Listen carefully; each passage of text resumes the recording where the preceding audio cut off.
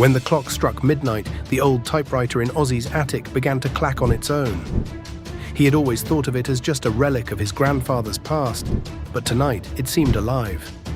Intrigued, Ozzy climbed the creaky stairs with a mix of dread and excitement. As he approached, words materialized across the page. "Help me find my voice." It was signed simply A. Ozzy, a reclusive artist trapped in the mundane grind of a 9-to-5 job, felt a thrill surge through him. Who was A? Why did they need him? Driven by curiosity, Ozzy followed the clues dictated by the typewriter through the town's forgotten alleys and hidden gardens, unraveling the story of a lost poet. With each step, he found pieces of himself he didn't know were missing.